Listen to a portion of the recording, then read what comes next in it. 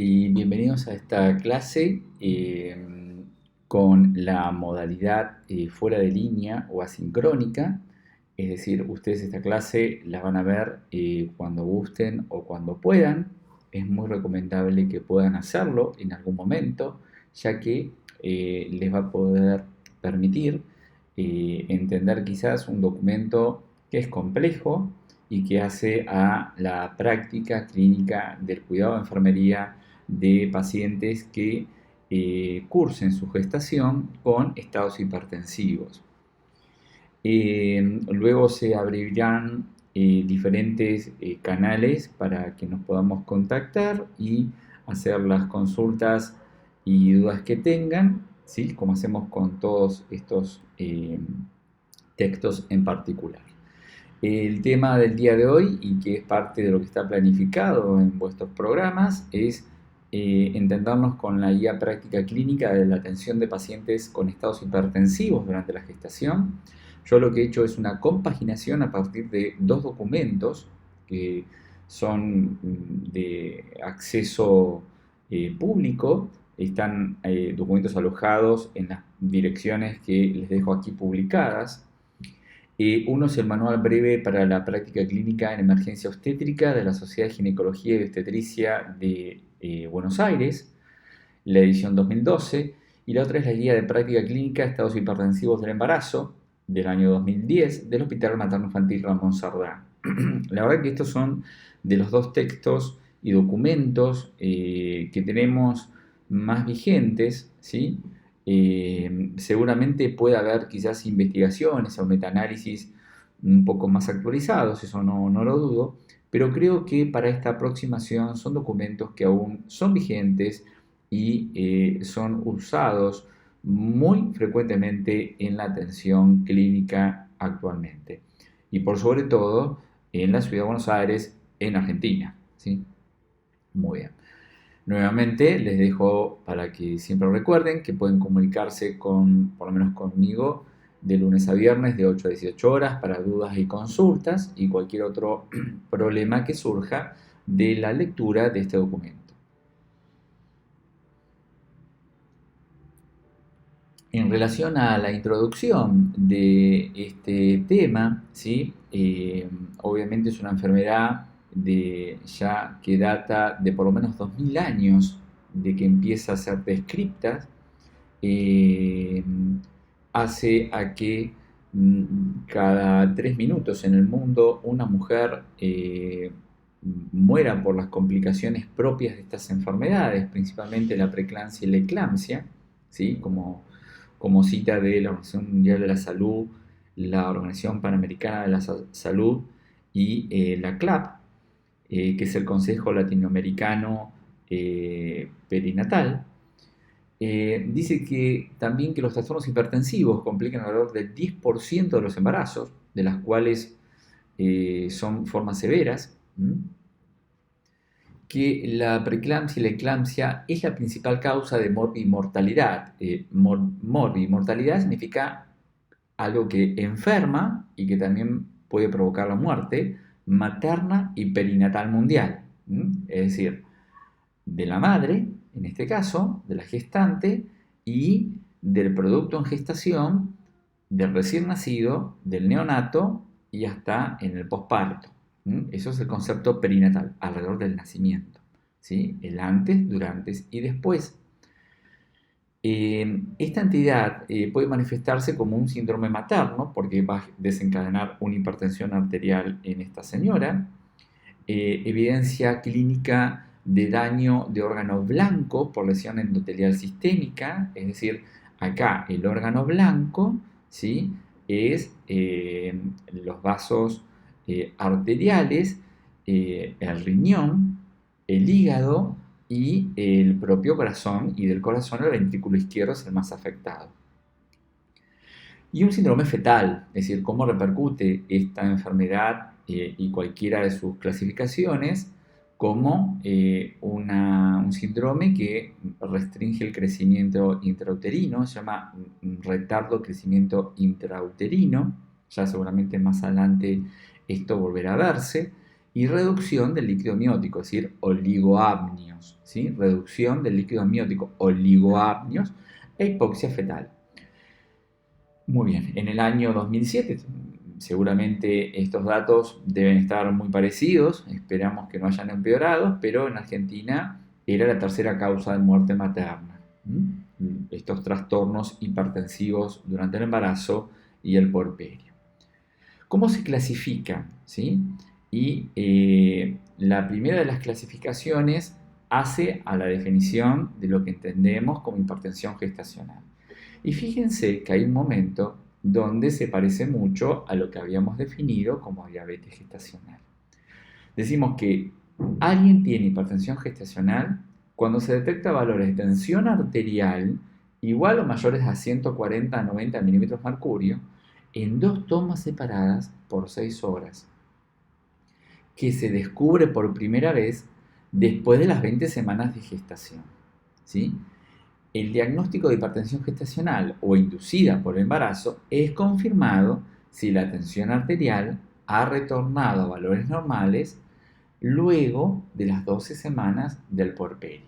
Vamos a explicar esta definición porque es la definición madre que es la que tenemos que aprendernos, ¿sí?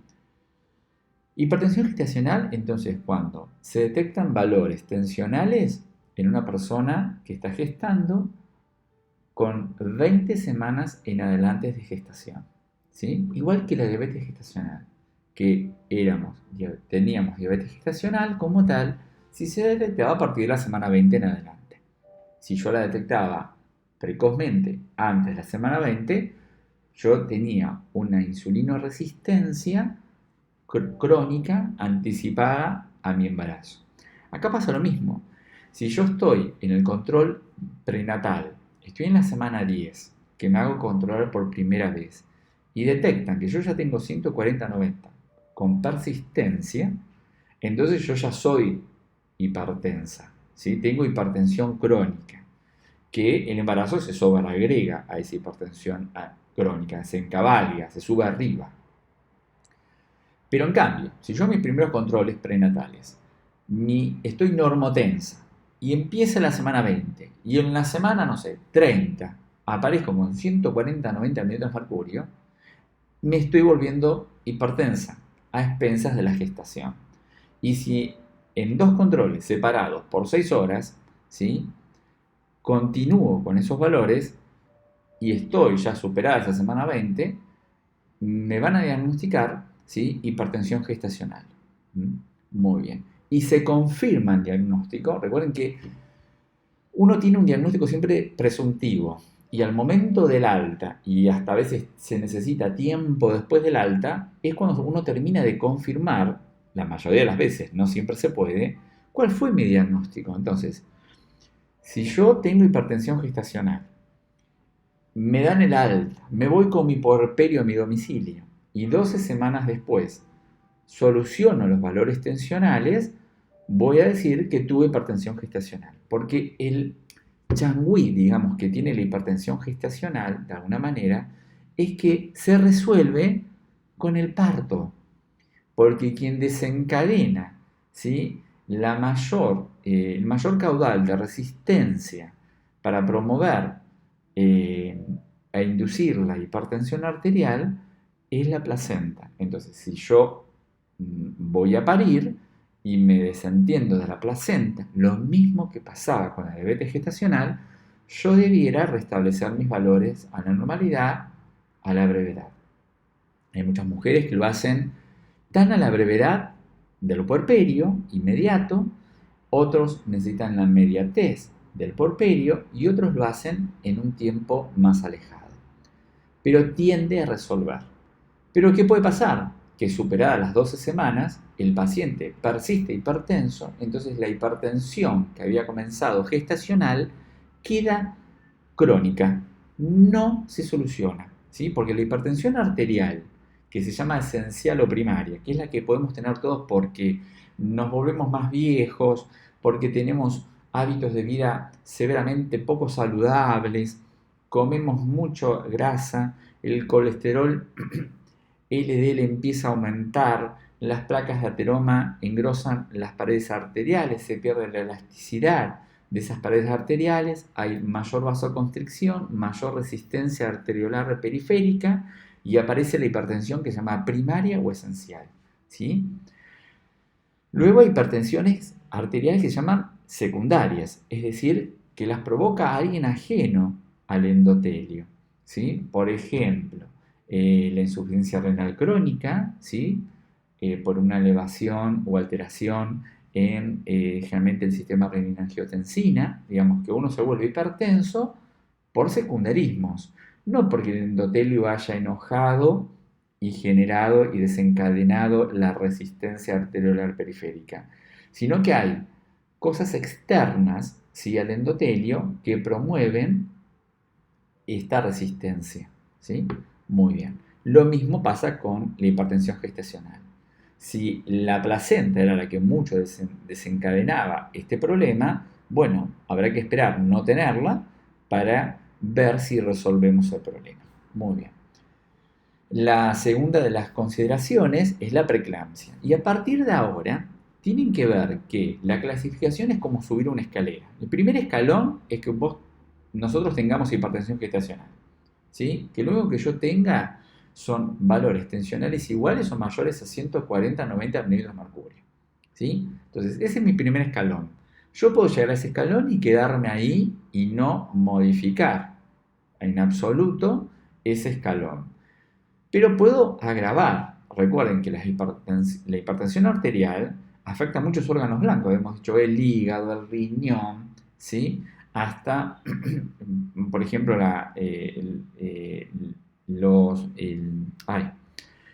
alteraciones neurológicas, visuales, hematológicas, ¿sí?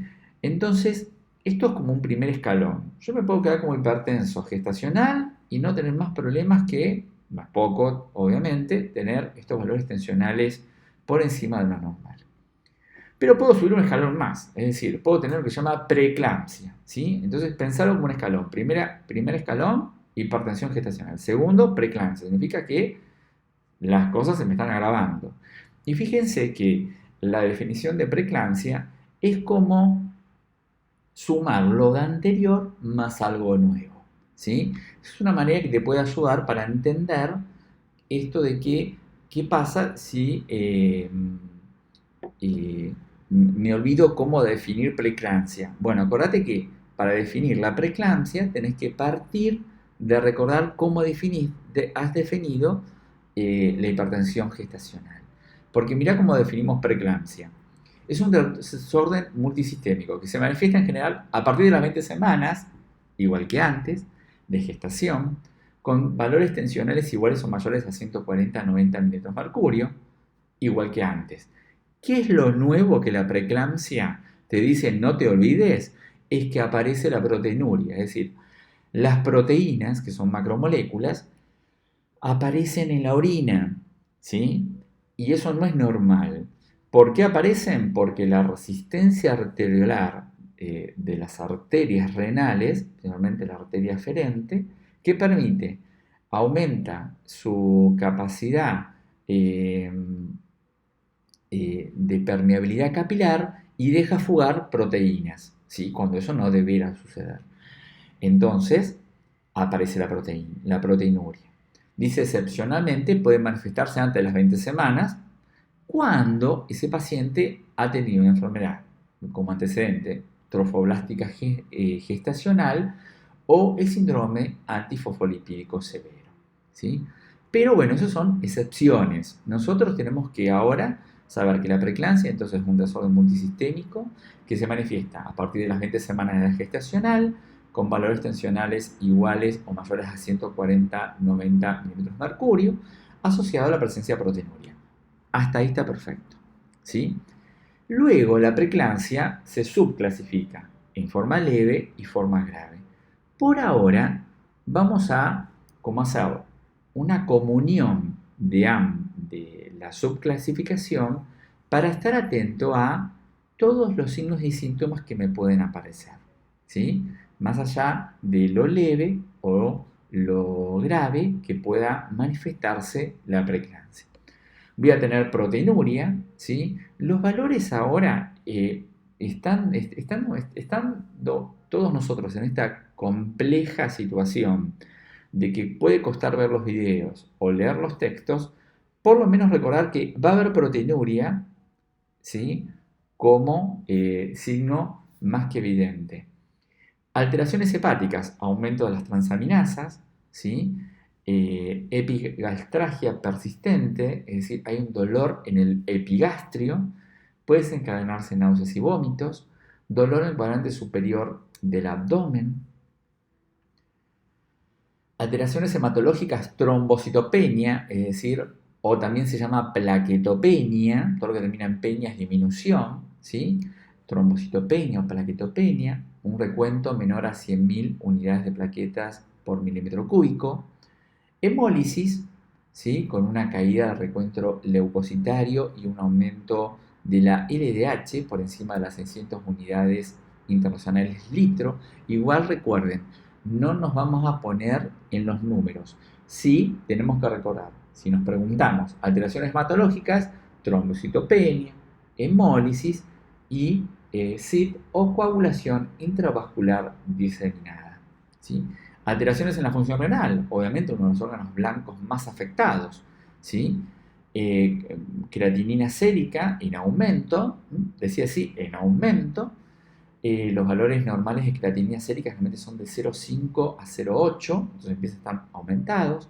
Oliguria, ¿sí? Es decir, un caudal en la producción y en la excreción de orina menos de 50 mililitros hora, o un ritmo diurético, que eso lo aprendimos en las primeras de las clases, menor a 1 mililitro kilo hora, ¿sí? A partir de que calculas el ritmo diurético, puedes acordarte ese valor.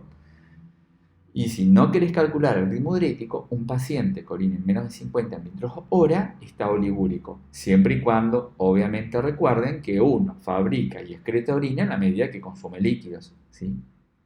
Muy bien. Alteraciones neurológicas, hiperreflexia tendinosa, ¿sí? Esto después lo vamos a ver en la evaluación, precisamente cuando consumimos sulfato de magnesio, que lo que puede promover es todo lo contrario a lo que estamos viendo ahora, pero por intoxicación, ¿sí? Vamos a ver que el sulfato de magnesio, ¿sí? Tiene propiedades de anticonvulsivantes y también que contrarrestan mucho los valores en aumento de la tensión arterial, ¿sí? Tiene unas propiedades de estabilización de la membrana neuronal, como también de respuesta del endotelio vascular, por eso se lo usa, vamos a ver ya en un ratito, en casos principalmente de preeclampsia grave, que es la antesala de la eclampsia, que ya la vamos a ver, y entonces uno se asegura tener un poco más controlado, que el paciente no me genere convulsiones tónico-clónicas generalizadas, ni desencadene más hipertensión arterial que la que tiene con el consumo de sulfato de magnesio. Pero el problema del sulfato de magnesio es que se consume a altas dosis, ¿sí? Y esas altas dosis pueden intoxicar. Y lo que provoca es una abolición de los reflejos osteotendinosos profundos. Eso ya lo vamos a ver. En relación al paciente que está con preeclampsia y tiene hiperreflexia tendinosa, es decir, ustedes por ejemplo, le toman el reflejo rotuliano o aquiliano y la respuesta es exageradísima, ¿sí? Entonces, hiperreflexia tendinosa. El paciente se la hace con el martillito, ¿sí? O con el puño, un golpecito seco. Obviamente no maltratar, por favor. Un golpe seco sobre la rótula o en el famoso talón de Aquiles, ¿sí? Y hay una respuesta que se llama respuesta osteotendinosa profunda, ¿sí? Muy bien, eso hace al sistema nervioso. Acá está aumentado, es decir, el paciente es una exageración de lo que responde. Cefalea persistente, una hiperexcitabilidad psicomotriz y alteraciones del sensorio con confusión. Puede haber alteraciones visuales, visión borrosa, escatomas centellantes. Los escotomas son como que el paciente ve como una visión con lucecitas, con brillantinas, ¿sí? Como para que se den una idea. Esto solamente puedan encontrar algunas imágenes en internet. Yo ahora no tengo ninguna ahora en este momento, tampoco quiero empezar a buscar porque voy a perder mucho tiempo en hacerlo, pero en los escotomas centellantes como que el paciente ve y ve como que hay estrellitas, como cosas que se iluminan alrededor de aquello que está mirando. Diplopía, visión doble, diplopía, B doble y fotofobia, ¿no? La luz intensa sobre la visión genera la incomodidad para poder ver. En el feto, restricción del crecimiento intrauterino, es decir, el feto deja de crecer normalmente, oligoamnios, ¿sí? Hay un menor caudal de líquido amniótico, desprendimiento de placenta, esto lo vamos a ver un poquito más adelante, como hemorragias de la segunda mitad del embarazo, ¿sí? Desprendimiento de placenta no inserta, cianosis y además agudo pulmón, obviamente la mujer, ¿no? La hipertensión crónica, decíamos que si yo en la semana 10, 15 me detectan episodios hipertensivos, ¿sí? Yo puedo decir que usted es hipertensa y detectamos la hipertensión de una manera azarosa a partir del control prenatal. Pero no es una hipertensión que yo la pueda adjudicar a la gestación. Usted ya era hipertensa, nos dimos cuenta ahora, ¿sí? Siempre y cuando sea antes de las 20 semanas de gestación, ¿sí? Muy bien. O como dice acá, no se resuelve después de las 12 semanas de parto, lo que era gestacional se volvió hipertensión crónica. Recuerden que la hipertensión crónica no se cura, se trata, es una enfermedad crónica. En cambio, la gestacional tenía ese changüí. La preeclampsia y la eclampsia también tienen ese changüí de resolverse a partir de dar por finalizado el embarazo. Pero hay un porcentaje que puede perjudicar de sobremanera dejándote hipertensa para toda la vida. Hipertensión crónica con preeclampsia sobreimpuesta, es decir, éramos hipertensos crónicos, me embaracé y en la semana 20 se sobreagrega la preeclampsia, es decir, que a mis condiciones de tener valores altos toda mi vida y ahora me embarazo, aparece la proteinuria. Se recuerden que la proteinuria era la estrella de los signos por recordar, más todo lo demás, las alteraciones neurológicas, hematológicas, renales que se van agregando, ¿sí? Eso hace la hipertensión crónica con preeclampsia sobreimpuesta, ¿ves? Se le sobreimpone a lo que yo ya tenía crónico algo agudo, algo nuevo. De la eclampsia, ¿sí? La eclampsia sería como el último escalón de estos estados hipertensivos. Y vos podés empezar con hipertensión gestacional, pasar a la preeclampsia, de la preeclampsia pasar a la eclampsia, ¿sí? Y de la eclampsia pasar al que se llama el síndrome de HELP, que sería como la frutilla en la torta de estos estados hipertensivos. Ten mucho cuidado con estos dos últimos escalones. La eclampsia es todo lo demás que ya sabías, es la hipertensión gestacional, es la preeclampsia grave con todos los signos y síntomas que vimos, ¿sí? Pero ahora se le suma el desarrollo de convulsiones tónico-clónicas generalizadas y o en un estado de coma puede entrar la paciente a partir de estas 20 semanas de gestación, ¿sí? Y que puede desencadenarse en cualquier momento, a partir de las 20 semanas, en el parto, en el puerperio, y que no están atribuibles a ninguna otra patología del sistema nervioso, ¿sí? Así que la eclampsia es este penúltimo escalón que hace a una máxima gravedad de los estados hipertensivos. El síndrome de HELP es todos los escalones anteriores más una grave complicación, ¿sí? Hepática con hemólisis, disfunción hepática grave y una trombocitopenia con progresión evolutiva a cuadros severos que acompañan la eclampsia que había sido el estadio anterior. Muy bien. Vamos a un poquito de fisiopatología. Acá no se intenta de que hagamos una fisiopatología para resolver el problema de los estados hipertensivos, porque aún hoy sigue siendo un tema que no se ponen de acuerdo los autores y todavía hay como ciertas discrepancias en relación a que algunos están más a favor de una u otras teorías. Pero esto sería, digamos, como aquello que decimos, bueno, podemos con esto hablar algo de lo que hace a la hipertensión o los estados hipertensivos en el embarazo. Y esto es como lo mínimo, más allá de que podamos leer muchos más textos, algunos se ponen de acuerdo, otros no, pero esto es un mínimo.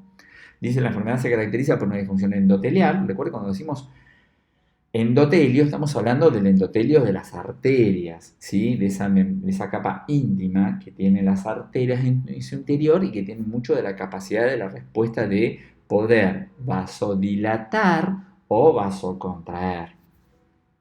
De todo el sistema materno y del lecho placentario, ¿sí? De cuando el trofoblasto se inserta en la decidua materna, a partir de ahí se empieza ya a desencadenar el problema de la hipertensión, que obviamente debuta en la semana 20 en adelante, ¿sí? Pero ya se desencadena desde la implantación. Dice, debido a desbalance de factores que promueven la normal angiogénesis, digamos, hay un desbalance de muchos factores que, en vez de promover un normal desarrollo, angio significa vasos, ¿sí? El término angio, vasos. ¿Vieron cuando ustedes escuchaban, por ejemplo, en cuidados enfermeros en pacientes infartados que decían que le van a hacer una angioplastía? Bueno, ¿qué significaba? Que iban a hacer una plástica de los vasos arteriales coronarios. Angio es vasos. Una angiogénesis, en este caso, donde bueno, hay un montón de factores, ¿sí? Anticuerpos que están presentes y que desencadenan una normal resistencia a, por ejemplo, a vasodilatarse, a responder a, por ejemplo, el óxido nítrico, que es un gas que promueve la vasodilatación, ¿sí? Hay un estímulo muy precario a la respuesta del sistema renina-angiotensina, digamos que va en aumento la resistencia periférica y no hay nada que desestimule a ese sistema, sino que está muy estimulado. Entonces, todo eso hace que todos sus embates desencadenan la hipertensión arterial en cualquiera de sus formas durante la gestación, semana 20 en adelante. Los factores de riesgo, acá esto P significa preeclampsia, ¿sí? Pero también hacen a la hipertensión gestacional. Así que cuando nos pregunten factores de riesgo asociados para generarnos hipertensión inducida por el embarazo, o preeclampsia, o eclampsia, síndrome de HELP, ¿cuáles son los factores de riesgo? Digamos, ¿a qué yo me puedo exponer y que puede desencadenar estas enfermedades?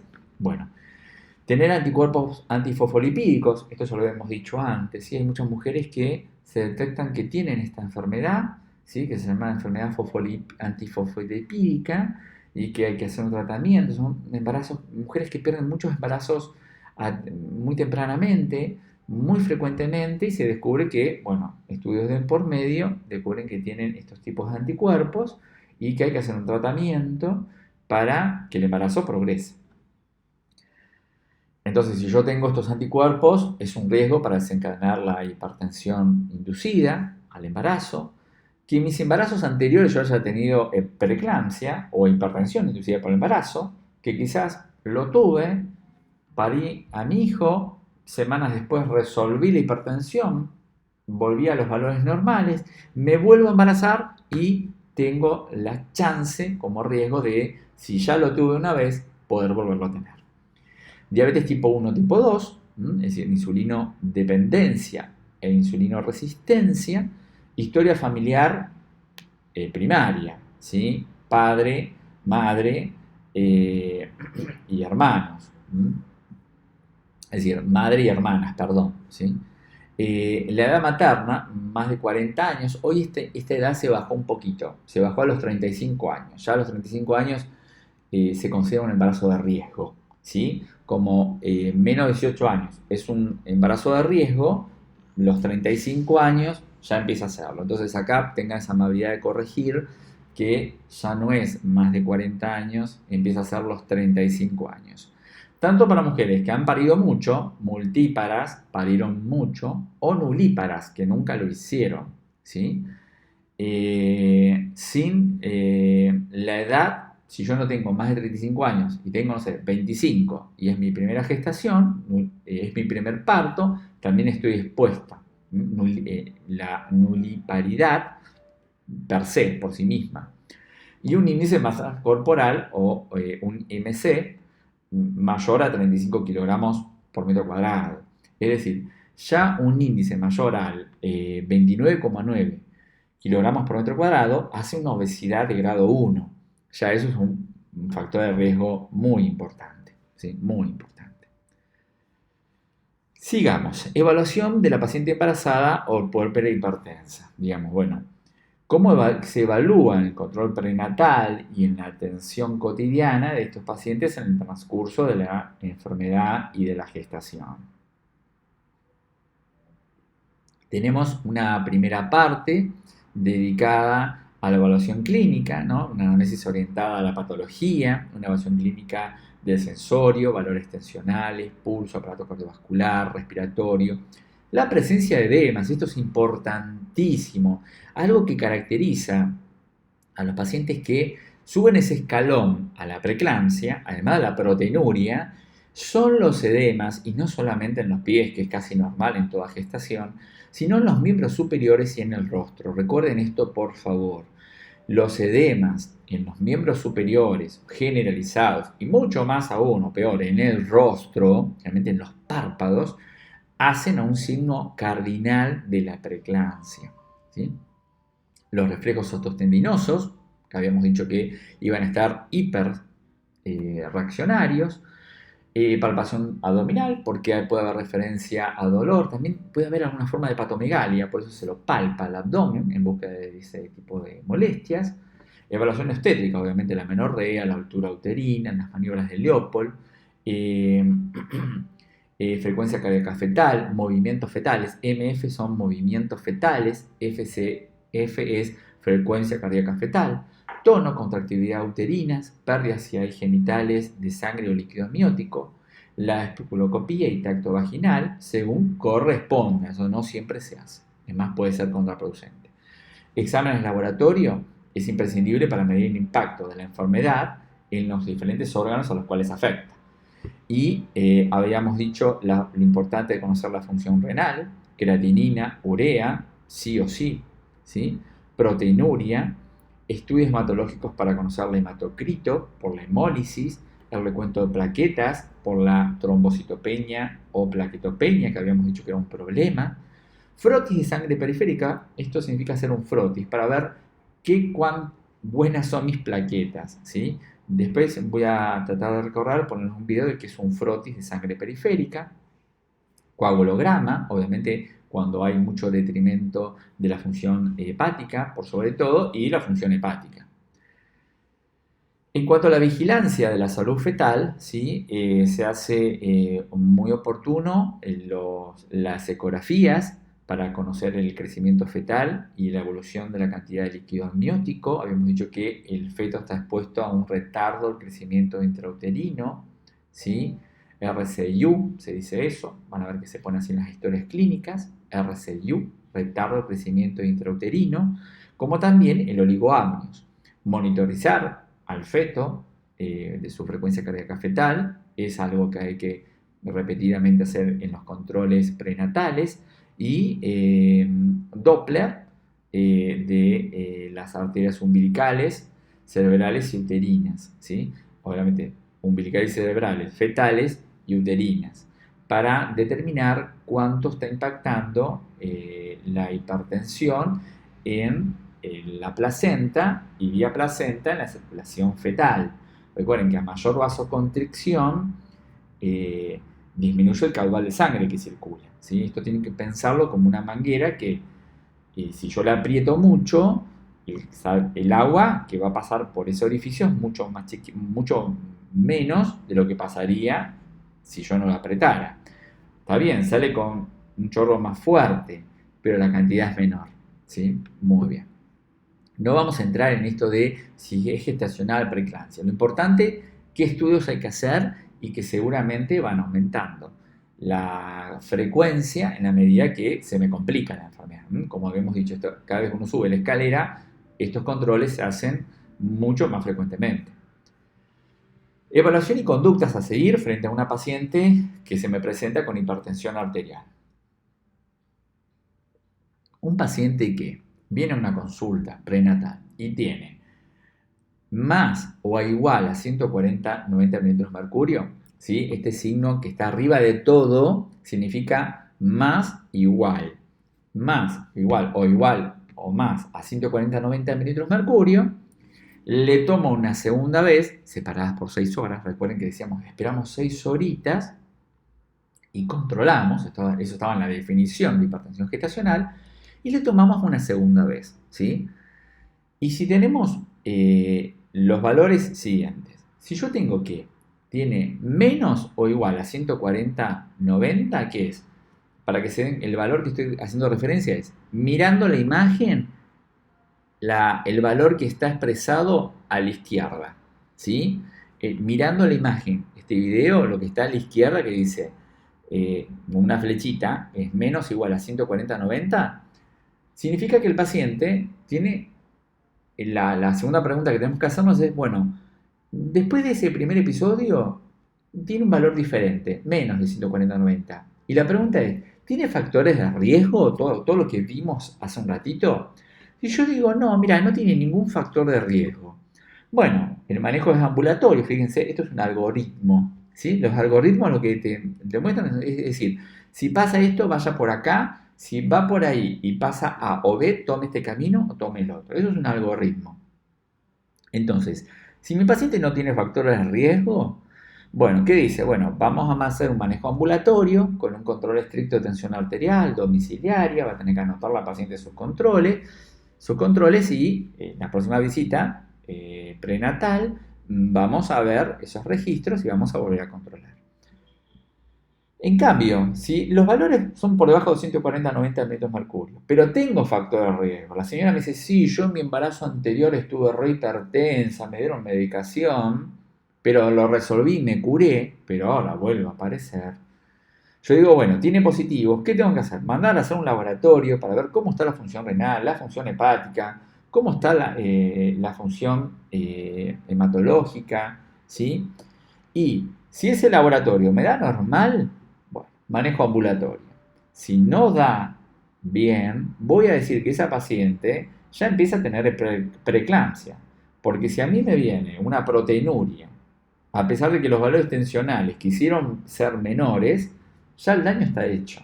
Y seguramente que haya bajado un poquito fue una cosa azarosa la tensión arterial. Seguramente se debe mantener siempre alta, nada más que en ese momento la encontré un poco discretamente baja. Entonces ya se la considera preeclampsia, ¿sí? Con todo lo que había que definir en ese caso. Y si se complica, hay que internarla. Ya ahora vamos a ver las pautas que a mí me obligan a que un paciente tenga que estar internado. Cuando yo digo esto que me obliga a saber, no solamente lo tiene que saber el médico obstetra, ¿sí? O la licenciada en obstetricia, la tiene que saber el enfermero. Porque el enfermero puede estar haciendo atención comunitaria, ¿sí? Y es el primero que está en la línea de atención de estos pacientes. Hay lugares donde no hay médicos, hay solamente un enfermero. Entonces el enfermero tiene que saber que tiene límites. Y un límite es saber esto, es saber poder derivar al paciente con una situación diagnóstica, no médica, sino de enfermería, de riesgos o situaciones reales y potenciales que tiene el paciente de su salud, ¿sí? Entonces, y además les va a pasar a ustedes, si tienen una amiga que está con este problema y no le saben definir qué hacer, uno puede acompañar, ¿sí?, a su amiga y decir, mira, al obstetra, podemos hacer esto, podemos ver lo otro, ¿no sería recomendable esto y aquello? ¿Sí? Ustedes son profesionales, pueden estar, en la medida que sean muy criteriosos y sepan del tema, a la misma altura. Y es necesario que así sea. Tenemos delegadas funciones diferentes y alcances diferentes, pero no quita que tengamos que saberlo. En cambio, si en mi segundo control de tensión arterial yo estoy mirando ahora el valor de la derecha, que dice más de 100, más o igual de 140 a 90 milímetros de mercurio. Bueno, me vas a mandar a hacer un laboratorio más una ecografía para ver la salud fetal, principalmente. Si da normal, manejo ambulatorio, ¿sí? Si no da normal ese laboratorio, esa ecografía, vamos a diagnosticarnos ya la preeclampsia, ¿sí? Muy bien. Criterios de recomendación, digamos, quiénes nos vamos a internar en caso de estar ya con hipertensión gestacional. Bueno, todo paciente que tenga tensión arterial sistólica, TAS, mayor a 150 milímetros de mercurio, y una tensión arterial diastólica, TAT, mayor a 100 milímetros de mercurio. O que esté sintomática, ¿sí? Preeclampsia, que reúna los requisitos de preeclampsia, hipertensión crónica con preeclampsia sobreimpuesta, ¿sí? Que todo esto esté siendo refractario al tratamiento. Porque a mí me pueden diagnosticar preeclampsia y me voy con un tratamiento farmacológico, que ahora vamos a ver, pero si se vuelve refractario, ¿refractario qué significa? Que no responde al tratamiento, bueno, me tienen que internar, ¿sí? Porque hay que revisar aquello que se me dio como tratamiento. Y esa revisación de qué voy a consumir o frecuencia de dosis o cambio de medicamentos me lo tienen que hacer estando internada, no lo puedo hacer ambulatorio. Que detecte retardo de crecimiento intrauterino, ¿ves? Lo que recién decíamos, RCIU, oligoamnios, un caudal menor al necesario de líquido amniótico, hipertensión inducida al embarazo con una tensión arterial diastólica mayor a 99 milímetros de mercurio, digamos, porque acá tenemos estos valores, pero bueno, si yo tengo una hipertensión inducida ya con una tensión arterial diastólica que decíamos 90 y ahora lo tengo en 99, hace que yo tenga que internar y ver qué voy a hacer con esa paciente. Hipertensión crónica con un mal control ambulatorio, es decir, tengo una paciente que ya era hipertensa, que ahora se me embaraza, que no hace un régimen higiénico dietético adecuado, ¿sí? Que no me toma la medicación como corresponde. Entonces, si no tengo un buen manejo de ese control ambulatorio, hay que internar a esta paciente para emprender un proceso de información y educación exhaustivo para que la paciente entienda la importancia de que esto se pueda cumplir para su salud y la salud fetal. Causas sociales, por ejemplo, una paciente a la cual yo la tengo que invitar muy frecuentemente a un control prenatal, ¿sí? Porque le damos, por ejemplo, se diagnostica la hipertensión gestacional, tiene laboratorios y ecografías compatibles con una preeclampsia, la medicamos, ¿sí? Estando internada, le tengo que dar el alta, decir, bueno, quiero que venga en 48 o 72 horas para ver cómo estamos, y la paciente me dice que no tiene dinero para viajar o vive muy lejos o no hay efectores que la puedan asistir cerca, bueno, me conviene dejarla 2-3 días más internada para ver cómo responde a ese tratamiento o a esos cambios que yo sugiera, ¿sí? Muy bien, esas son las causas sociales. O que yo veo que incumple el tratamiento. En la medida que incumple el tratamiento, tengo que poder internarla para ver cómo, a partir de la educación y la información, torcer ese incumplimiento. Torcer en el sentido de no solamente convencernos, sino educarnos, ¿sí? Muy bien.